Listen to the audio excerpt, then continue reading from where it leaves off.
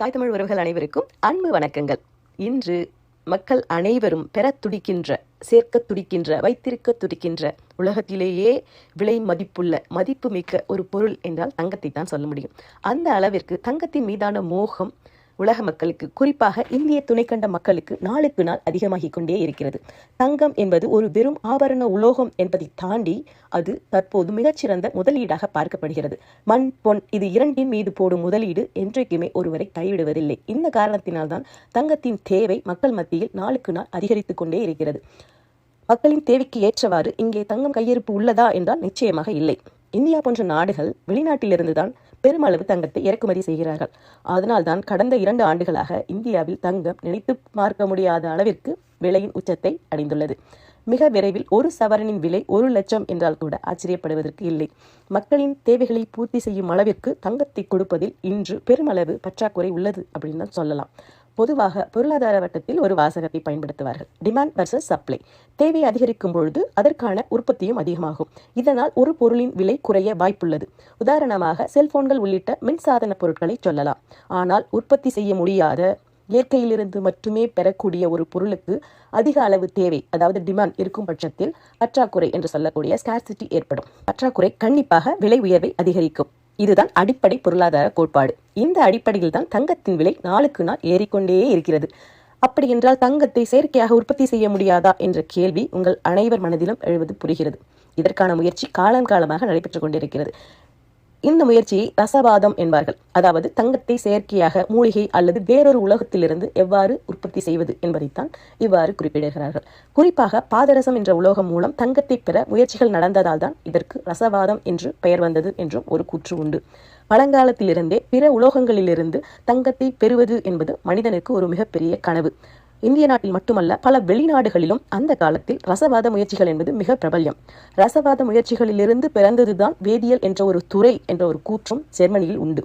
பழங்காலத்தில் Greece, China, எகிப்து மற்றும் Arabia போன்ற நாடுகளில் தங்கம் தயாரிக்கும் முறைகள் குறித்த பல்வேறு ஆராய்ச்சிகளை மேற்கொண்டிருந்தனர். 1403ஆம் ஆண்டில் இங்கிலாந்தின் 5ஆம் ஹென்றி இந்த ரசவாத பயிற்சியை தடை செய்தார். இதனை மேற்கொண்டோரை கடுமையாக தண்டித்தார்.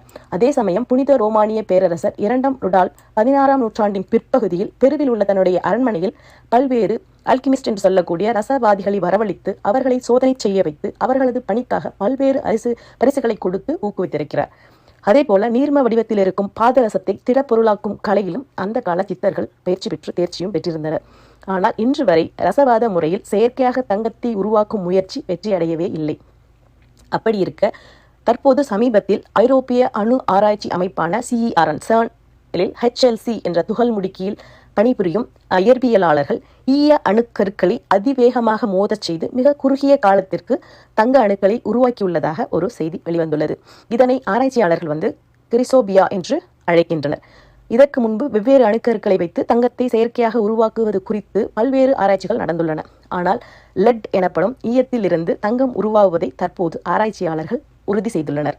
ஆனால் விஞ்ஞானிகள் இதனை தங்கத்தை உருவாக்கும் நோக்கத்தோடு செய்யவில்லை என்றும் கூறப்படுகின்றது.